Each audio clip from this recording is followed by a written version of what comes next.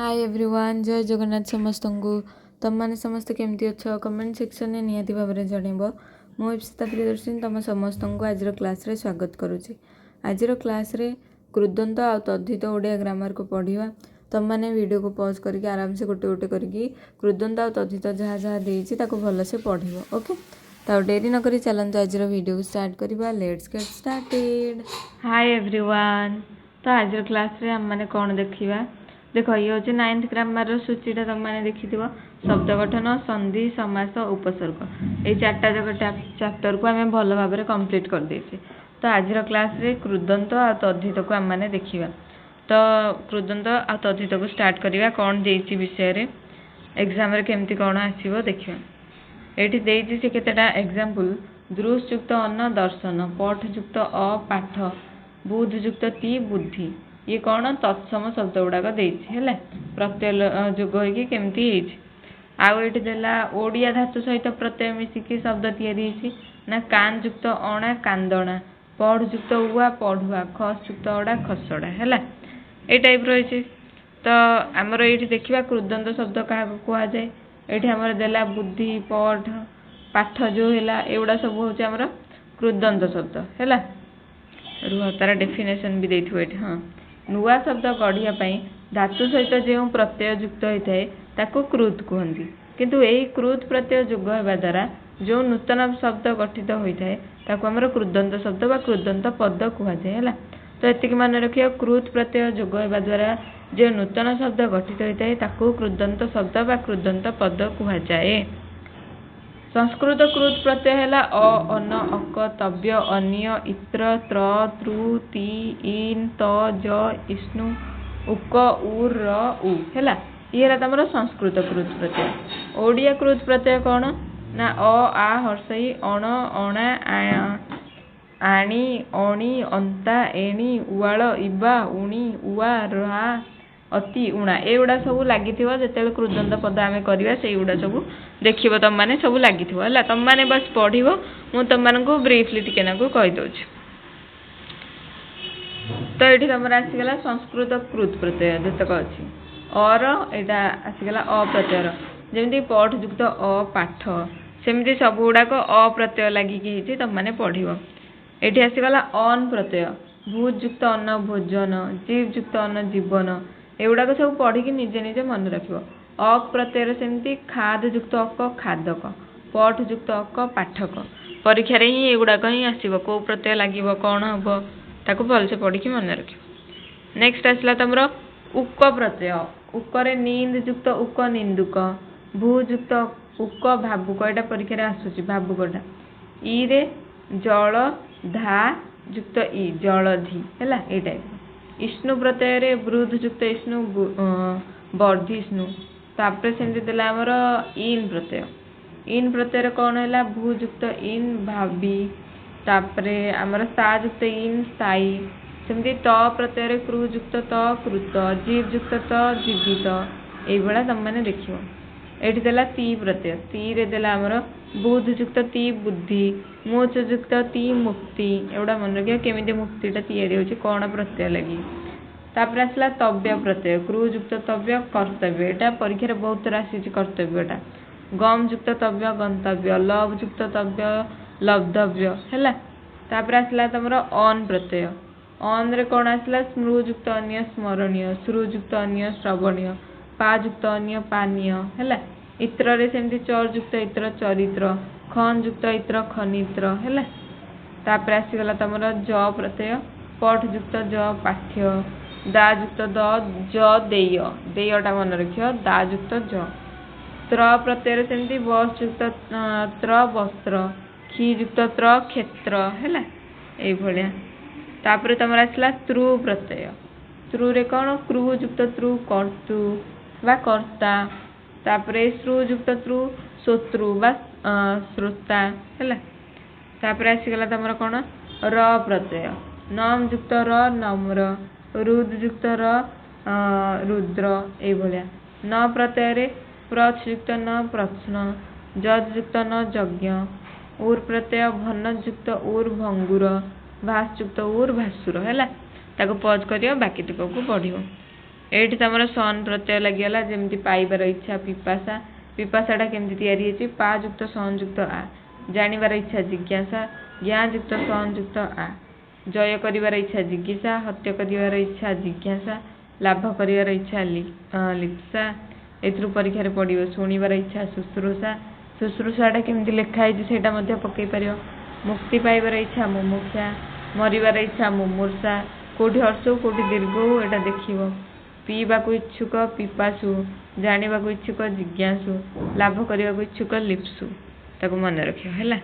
वर्तमान आसिला ओडिया कृत प्रत्यय ओडिया रो जो रहला प्रत्यय तिक ताकू देखिया अ प्रत्यय रे केमती लागिबो काट युक्त अ काट कांद युक्त अ कांद अण प्रत्यय रे झूल युक्त अण झुलण फुट युक्त अण फुटण अणा प्रत्यय रे कान युक्त अणा कांदणा रांध युक्त अणा रांधणा अणी रे खट युक्त अणी खटणी चल युक्त अणी चलणी हैला अणी प्रत्यय गला।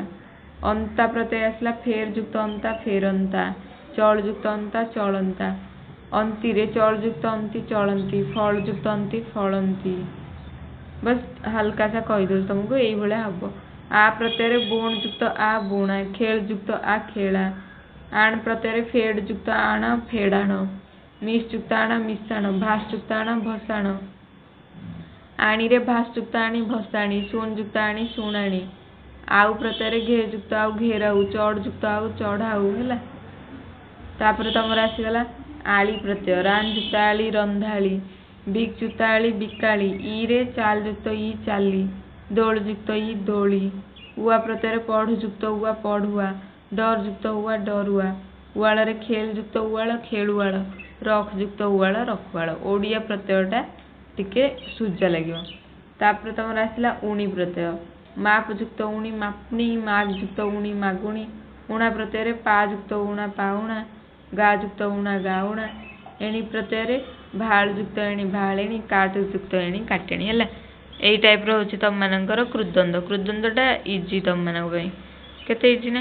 वर्तमान देखिया तद्धित प्रत्यय तद्धित पद रे कोन रहिची तद्धित पद काहा को कुहा जाय तो एठी देला भिन्न भिन्न अर्थ रे शब्द सहित जो प्रत्यय सब जोग करा जाय नूतन शब्द गठन करा जाय सेथिरे कोन धातु रे लागुतला एथिरे तमरो शब्द रे नुआ नुआ प्रत्यय जोग करा जाय नूतन शब्द गठन करा गले सेही प्रत्यय गुडा को तद्धित प्रत्यय कुहा जाय हैला। आ तद्धित प्रत्यय द्वारा गठित शब्द को हमर तद्धितांत शब्द कुहा जाय इजी।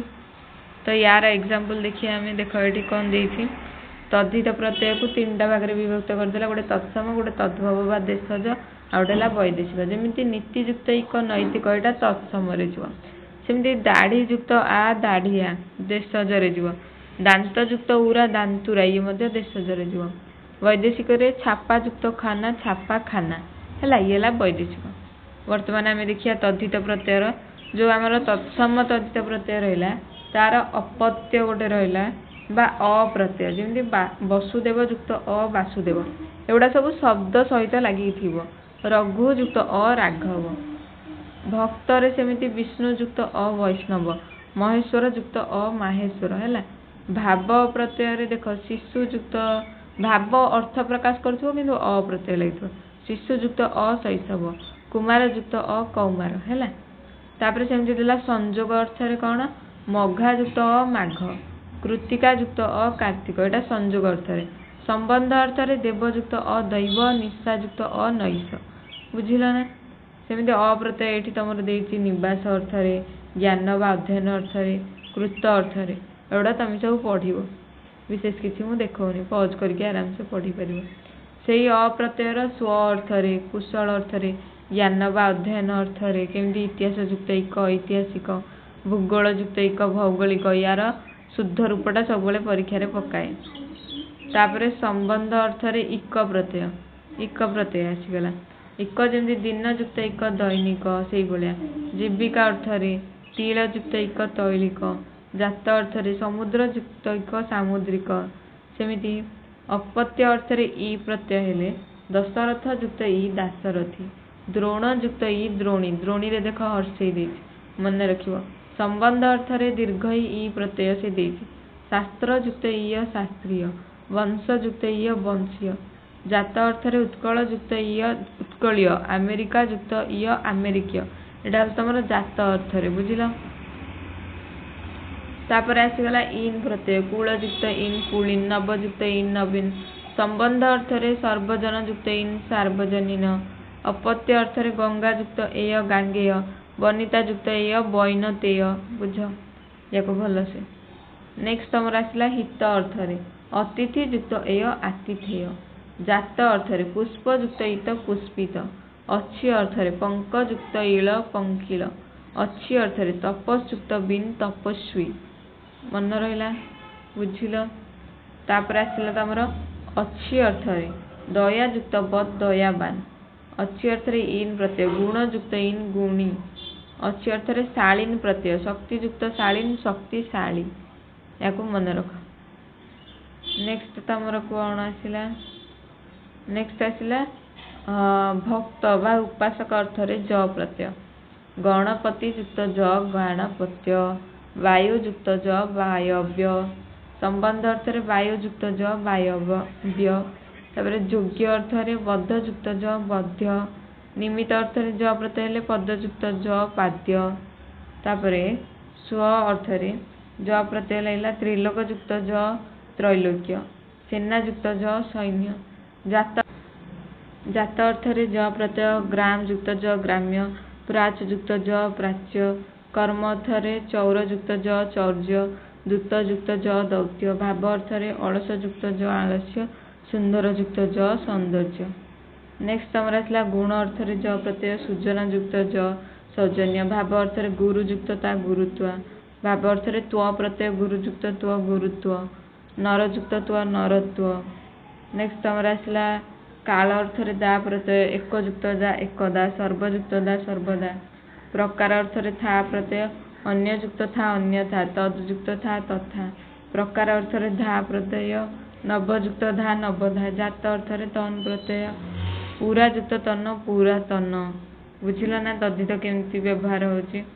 ତାପରେ ଏଠି ତମର ଗୁଣ ଅର୍ଥରେ ଜ ପ୍ରତ୍ୟୟ ଲାଗିଛି, ସୂଜନ ଯୁକ୍ତ ଜ ସୌଜନ୍ୟ, ଗୁରୁ ଯୁକ୍ତ ତା ଗୁରୁତ୍ୱ, ଗୁରୁ ଯୁକ୍ତ ତ୍ୱ ଗୁରୁତ୍ୱ, କେମିତି କୋଉଠି କୋଉ ପ୍ରତ୍ୟୟ ଲାଗୁଛି, ଏଠି ଦା ପ୍ରତ୍ୟୟ ଏକ ଯୁକ୍ତ ଦା ଏକଦା, ସର୍ବ ଯୁକ୍ତ ଦା ସର୍ବଦା।